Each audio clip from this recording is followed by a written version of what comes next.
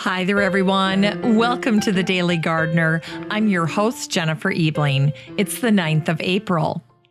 Today's thought is exactly that, how we think when we garden. Emerson wrote, "Blame me not, laborious band, for the idle flowers I brought. Every aster in my hand comes back laden with a thought." How wonderful our gardens are for thinking creatively, therapeutically, soulfully. Every bloom can be a vessel for an idea, a hurt, a solution. I had a fight with my daughter the other day. We were getting nowhere. Exasperated and just plain tired, I had her help me with the houseplants. In case you're wondering, we were spring cleaning all the greens, even the fake ones. There was no talk, no more disagreement, just the plants and water and a little soap and our thoughts. Before we knew it, we were ready to come together. Our welfare and happiness restored by the thoughts knit together in the company of plants. Here are today's brevities. British botanist, author, pragmatist, and survivor Phebe Lankester died today in 1900. She was born tomorrow in 1825. Born Phoebe Pope, she married the naturalist Edwin Lankester, who was a coroner and a medical reformer. They had 11 children, and when Phoebe was 49, Edwin died. And you can imagine the predicament she was in. She had to keep producing work to take care of herself and her family.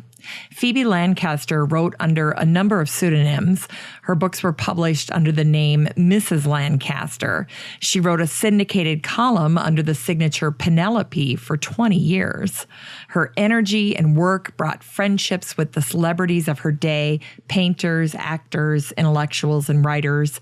In 1895, the painter Herman Herkomer painted a wonderful portrait of Phebe Lancaster, her wit and warmth captured on the canvas. Lancaster's work appealed to the masses. She wrote in a friendly and conversational voice, and she wrote about what she knew: plants, educating children about health, and being financially smart.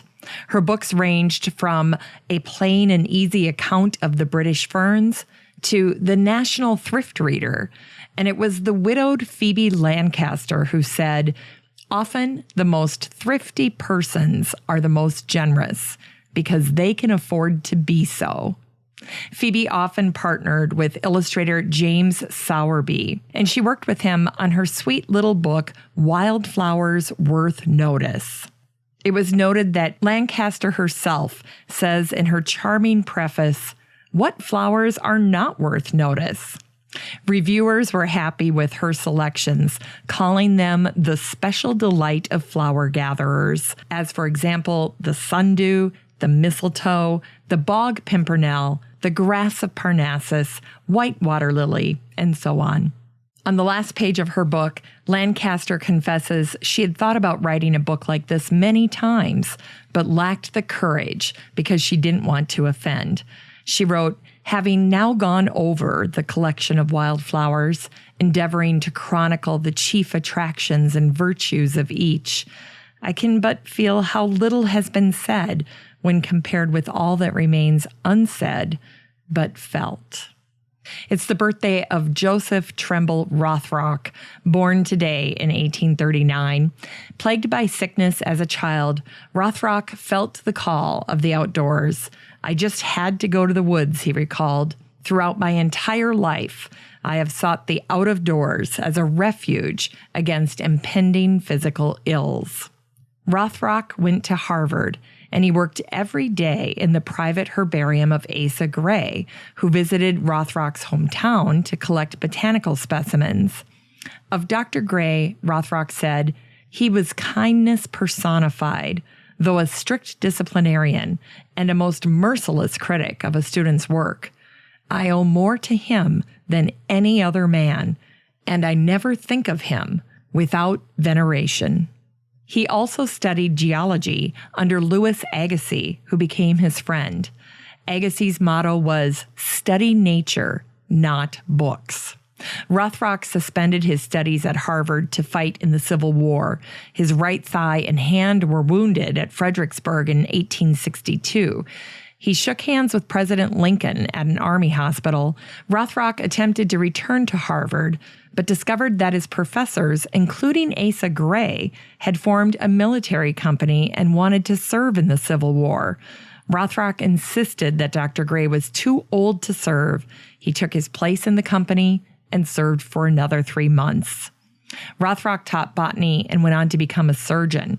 His passion for forestry ignited when he was named a Michaud Lecturer on Forestry, and he took a 9-month sabbatical under renowned botanist Anton de Bary at the University of Strasbourg in Germany. Destructive forest fires were all too common during the logging era, and long before Smokey the Bear, Rothrock led the effort to prevent forest fires. Rothrock's relentless focus on forestry aimed at making policy change. In 1901, he wrote, "20 years ago, I began agitation upon the forestry question, and I've kept at it ever since. You have no idea the amount of work it requires to change a generation from tree destroyers to tree restorers. It is something akin to a second birth." Later in his life, in a photograph of Rothrock called "The Old White Pine and the Father of Forestry," he stands in front of the trunk of a huge white pine with his signature long white beard and kind affect. The gentle expert's right hand is grasping a walking stick, and the photo notes mention that his right little finger was amputated at Fredericksburg. The French poet Charles Baudelaire was born on this day in 1821. He said, "A book is a garden, an orchard, a storehouse, a party, a company by the way, a counselor, a multitude of counselors." Today's book recommendation is The Wildflowers Workbook, a journal for self-discovery in nature by New York Times bestselling author and artist Katie Daisy. This simple and sweet journal features thoughtful prompts to encourage engagement with the natural world. Today's chore is to take inspiration from Phebe Lankester and buy some wildflowers for your garden. Chicory, hepatica, Dutchman's breeches, Indian paintbrush. Let their charm flood your garden. Here's a sweet diary entry for today by Canadian naturalist Joseph Sariel from 1938, shared by the Toronto Archives on their fabulous Twitter feed, a wonderful thing to follow. There are 5 frames in all, 3 for herbs, 2 for wildflower seeding. The frames are 3 feet by 3 feet. In each section and prior to planting, I can duplicate the exact growing conditions of the subject. It will be quite possible to fill the spaces with soil, moss, bog, etc., taken from locations where the plants to be seeded are now growing or have been known to grow. Thus, a few frames can represent a whole wildflower garden in seed.